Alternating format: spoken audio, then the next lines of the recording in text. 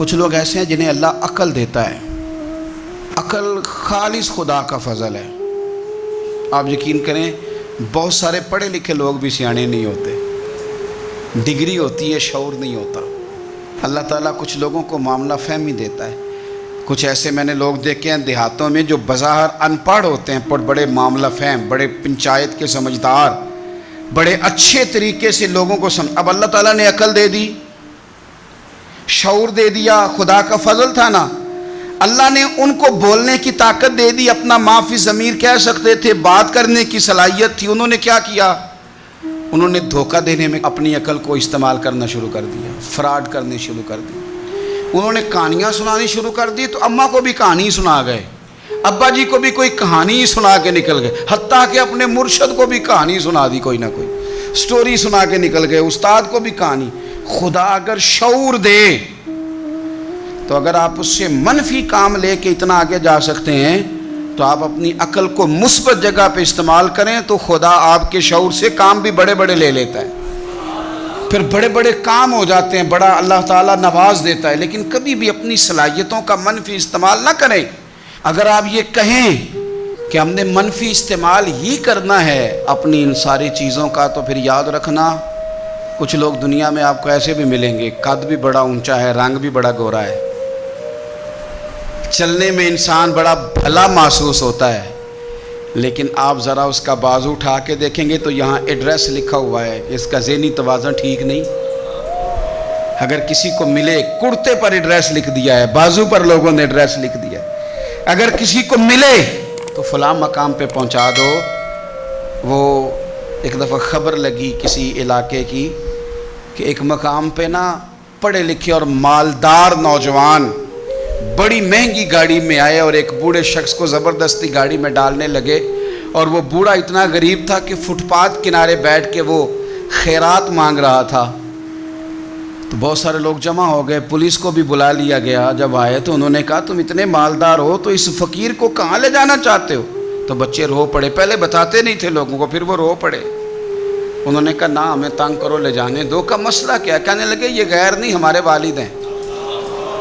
ماجرا کیا؟ کہنے لگے بیچارے بڑے سمجھدار تھے، بزنس مین تھے، سب کچھ تھا، پر نہ اب ذہنی توازن ٹھیک نہیں رہا، اب سارا کچھ ہوتے ہوئے سڑکوں پہ بھیک مانگتے ہیں۔ او بے پرواہی ویک سجن دی، جتھے کسے دی پیش نہ جاوے، انہیں تاجاں والے در در رولے، تے او منگتے ہیں تخت بٹھاوے، سجنا کسے نو کارا ملدا ہی کوئی کعبے او خالی آوے۔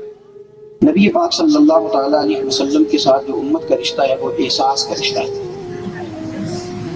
کچھ رشتے احساس کے ہوتے ہیں۔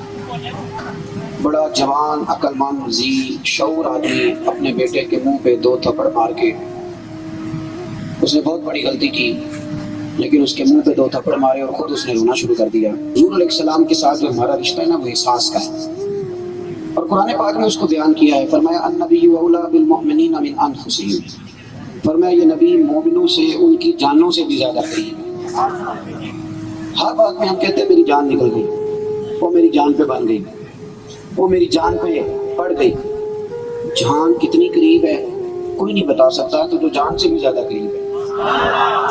مسئلہ ہوتا ہے کسی چیز کو محسوس کرنے کا۔ اللہ تعالیٰ کی نا رب جب کسی کو اولاد دیتا ہے تو اولاد کی محبت خود دل میں پیدا کر دیتا ہے۔ بندہ اس پہ پردہ ڈال دے، سخت ہو جائے تو بات الگ ہے، ورنہ اولاد کی محبت دل میں موجود ہے، ہوتی ہے۔ ماں باپ کا پیار اللہ دل میں دے کے بھیجتا ہے۔ لوگ اپنے اوپر بوجھ کریں، ظلم کریں اور اس محبت کو ختم کر دیں، الگ بات ہے، ورنہ یہ انسان کے وجود میں شامل ہے۔ دوستو، نبی پاک صلی اللہ علیہ وسلم کا جو پیار ہے، حضور کے ساتھ جو امت کا رشتہ ہے، یہ ہماری روحوں کا معاملہ ہے۔ ہم کیا کرتے ہیں؟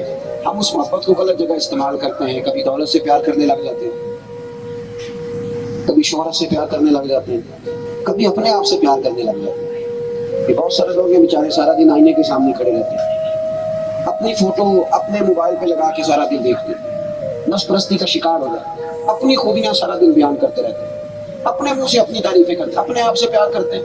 بھائی، پیار اللہ نے دل میں دے کے بھیجا ہے، اور وہ پیار دیا ہے مدینے والے محبوب کا۔ اب آپ اس کو غلط جگہ استعمال کرتے ہیں تو وہ مس یوز ہو جاتا ہے۔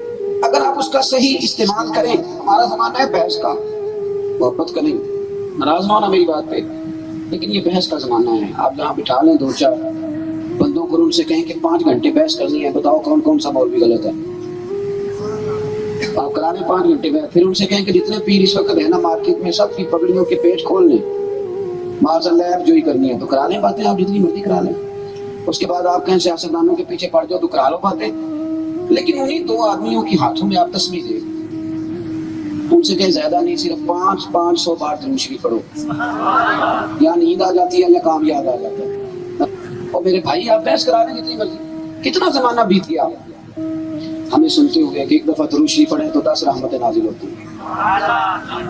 میرے پاس رپورٹیں موجود ہیں، تجزیاتی رپورٹیں، چلے کنفرم نہیں، لیکن جو ادارے رپورٹیں بیان کرتے ہیں تو پتہ چل جاتا ہے کتنے لوگ ہیں جو مصلوں پہ بیٹھتے ہیں، کون سی مسجد ہے جو نماز کے بعد کتنی دیر کے بعد بند ہو جاتی ہے.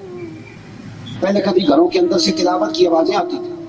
حضرت فضیل بن عیاض جیسے صوفی کہتے ہیں کہ میں جس بندے کی تلاوت سن کے توبہ کر گیا ہوں، میں نے اس کا چہرہ نہیں دیکھا، وہ تو اپنے گھر کے اندر بیٹھ کے قرآن پڑھ رہا تھا. میری بات کو سمجھے، ہمارا وہ جو ذائقہ تھا نا، وہ جو ذوق تھا، وہ جو توانائی تھی ہماری، جو ہمارا احساس کا رشتہ تھا دین کے ساتھ، ہم نے بحث کی نظر کر دیا. اور ہمارے بہت سارے نوجوان بیچارے الجھ گئے ہیں، وہ کہتے ہیں ابھی تو میں نے فیصلہ ہی نہیں کیا کہ صحیح کون ہے، کیونکہ بحث ہی بڑی ہوتی ہے، اہل حق میں بڑی بحث ہوتی ہے، چھوٹی چھوٹی باتوں میں بہت سارے لوگ الجھ جاتے ہیں. اور مجھے اللہ کو بھی بڑا ہی شوق ہو گیا ہے، میرے دوست، دین ہماری تسلی کراتا ہے، دین ہماری، لیکن شرط یہ ہے کہ ہم سیکھنے کے لیے دین سیکھیں. اگر بحث کے لیے سیکھیں گے پھر کبھی تسلی، ہم سیکھنے کے لیے نہیں سیکھتے، بحث کرتے ہیں، الجھے رہتے ہیں. مزہ لینے والے اپنا مزہ لے کے چلے بھی جاتے ہیں. وہ جنہوں نے سرکار سے پیار کرنا تھا ملا جامی کی طرح، وہ دور بیٹھ کے بھی حضوری کے مزے لے کے چلے گئے. وہ ملا رومی کی طرح وہ درد سوز کیفیت کر کے چلے بھی گئے. ہماری ابھی بحث ہی نہیں ختم ہوئی. یکم محرم سے 10 محرم تک بحث ہوتی ہے، امام حسین کی نیاز پکانی چاہیے کہ نہیں. اور یکم ربیع الاول سے 30 ربیع الاول تک بحث ہوتی ہے، جھنڈیاں لگانی چاہیے کہ نہیں، میلاد کرنا چاہیے. اور جس کی 7 نسلیں ایک ہی گھر میں میلاد کی محفل سجا رہی ہے نا، 7 نسلوں سے، وہ بھی ہر سال پوچھتا ہے ویسے حضرت صاحب جائز ہے؟ میں کہ تو ہی نہیں بنیا ساڑھے کو ساری عمر، آگے کدھر جانا بھائی. بس کرے، کتنے کو بحث کرے، عمل کرے، پیار کرے. عقل کے گھوڑے دوڑانے والے لوگ بڑے رستے میں رہ گئے. او یارو، علامہ اقبال بڑے منطقی تھے، فلسفی تھے، لیکن آخری عمر میں رویا کرتے تھے. خرد عقل کو کہتے ہیں، فرماتے تھے خرد کی گتھیاں سلجھا چکا ہوں، یا رب مجھے صاحب جنوں کر دے. اللہ میں نے عقل کی ساری گتھیاں سلجھا دی، اب میں مجنوں بن کے جینا چاہتا ہوں، مجھے اپنے رسول اللہ کا دیوانہ بنا دے. یا اللہ میرے اوپر مہربانی فرما، میں نے بڑی عقل دوڑا دی، بڑی. اور اقبال کہتے ہیں کہ جو عقل ہوتی ہے نا، عقل یہ 10 منٹ 15 منٹ یا 20 منٹ نہیں تنقید کرتی، یہ 24 گھنٹے تنقید کرتی. اقبال کہنے لگے عقل کو تنقید سے فرصت نہیں، یعنی 1 منٹ بھی فارغ بیٹھتی عقل کو تنقید سے. اس طرح کر عشق پر ایمان کی بنیاد لائے، عشق پر ایمان کی. بھئی وہ لطف والا ماحول کب آئے گا؟ ساری زندگی میں مولانا رومی نے بڑی شاندار بات کہی ہے، بڑی شاندار، یہ نوجوانوں کے کام آئے گی اگر یاد رکھیں گے تو.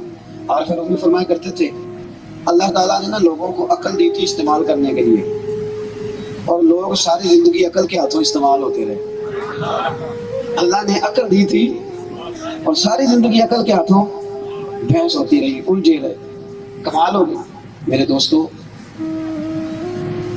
کلمہ پڑھنے سے پہلے کھل کے سوچنا چاہیے، لیکن جب محبوب کا کلمہ پڑھ لیا نا، اب سوچنے کا ٹائم ختم ہے.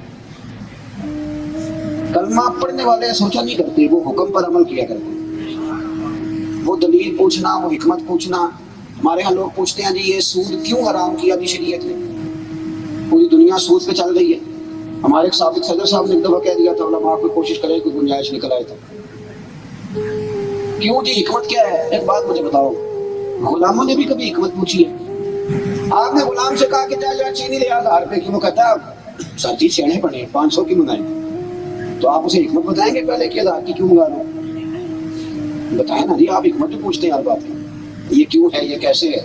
تو وہ آپ سے کہتا ہے جناب 1000 روپے کی کیوں منگا رہے ہو، 500 کی منگا. تو آپ کہیں گے تو اس طرح کا چپ کر کے جا، زیادہ باتیں یہاں عجیب غلام ہے یہ. سبحان اللہ. امام احمد بن حنبل نا بازار سے غلام خرید کے لائے، کہتے ہیں اس کے چہرے پر روشنی بڑی تھی تو میں نے خرید لیا. میں خرید کے لایا تو میں نے اسے پوچھا تیرا نام کیا ہے؟ امام صاحب فرماتے ہیں اس نے آنکھ کھولی تو کہنے لگا حضور غلاموں کا نام نہیں ہوتا، آپ کسی اور کو بھی آواز دیں گے تو میں سمجھوں گا مجھے ہی بلا رہے ہیں۔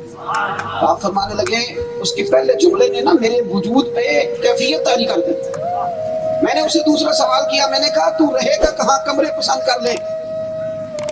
تو اس نے آنکھیں جھکا لی اور میرے قدموں کے قریب آ کے بیٹھ گیا، کہنے لگا حضور غلاموں کے نخرے نہیں ہوتے، جہاں اشارہ کریں گے نا میں چپ کر کے وہاں لیٹ جاؤں گا۔ امام صاحب فرماتے ہیں مجھے تو وجد ہو گیا۔ میں نے تیسری بات کی، میں نے کہا تو کس قسم کی غذا کھاتا ہے، کیا کھائے گا؟ تو فرماتے ہیں کہنے لگا حضور جو لقمہ بچ گیا نا وہ دے دینا، میں چپ کر کے کھا لوں گا۔ حضرت امام صاحب کہتے ہیں میں بھی رو پڑا، وہ بھی رو پڑا۔ میں نے کہا اٹھ یار گلے سے لگ، تو غلام بننے کے نہیں تو آقا بننے کے قابل ہے تیری۔ دیکھیں نا حضرت بابا بلے شاہ صاحب، بابا صاحب فرماتے ہیں کہ ایک کتا ہوتا ہے، ہم اس کے مالک ہوتے ہیں تو ایک روٹی ڈالتے ہیں، اور کئی دفعہ دوسری مانگے تو جوتا بھی اٹھا لیتے ہیں، ساری رات وہ پہرا دیتا ہے۔ ہم سوتے ہیں پنکھے میں، اے سی میں، اور وہ صبح جا کے سوتا ہے کسی نالی میں۔ رخ پنجابی میں درخت کو کہتے ہیں، وہ جا کے نا کسی رخ میں جا کے دن کو سو جاتا ہے۔ آپ فرماتے ہیں تو نے کبھی سوچا نہیں جس کا تو مالک ہے، تو اپنی نعمت دیکھ اور اس کا کام دیکھ، اور جو تیرا مالک ہے تو اس کی نعمتیں دیکھ اور اپنے کرتوت دیکھ۔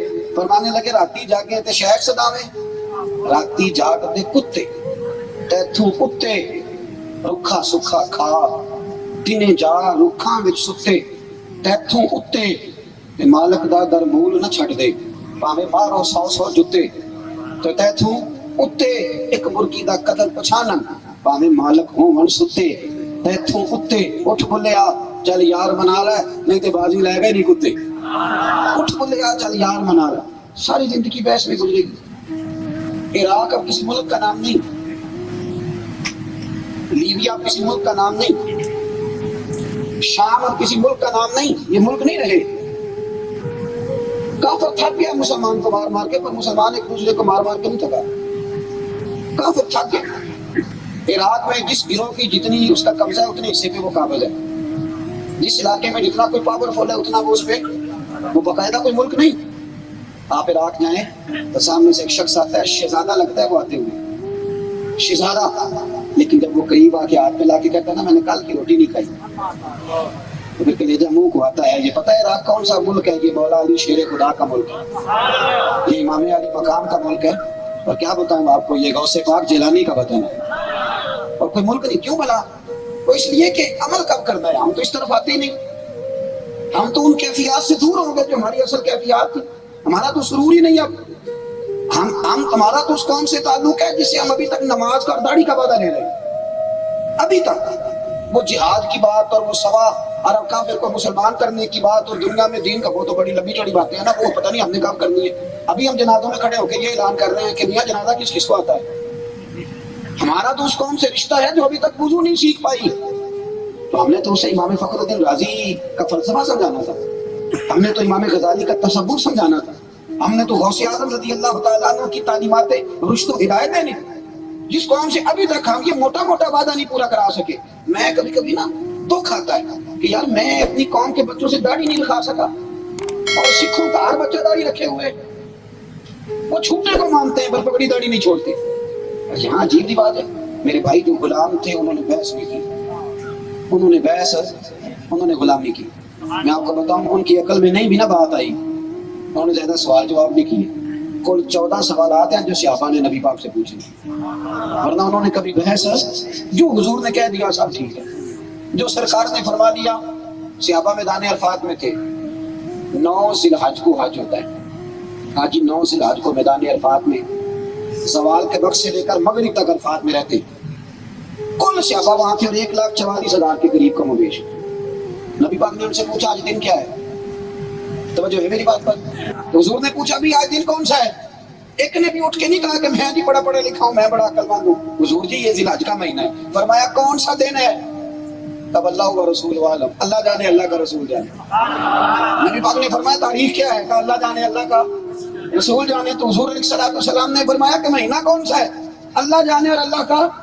بعد میں صحابہ بیٹھے تو ایک شخص نے کہا یار عجیب لوگ ہو، اتنے بڑے مجمع میں سے کسی کو نہیں پتا تھا دن کیا ہے، تاریخ کیا ہے، مہینہ کون سا ہے؟ کہنے لگے سب کو پتا تھا اور ہمیں کیا ضرورت ہے بتانے کی، تھا ذی الحج۔ اور اگر حضور کہہ دیتے محرم ہے تو ہم نے محرم ہی بنا لینا.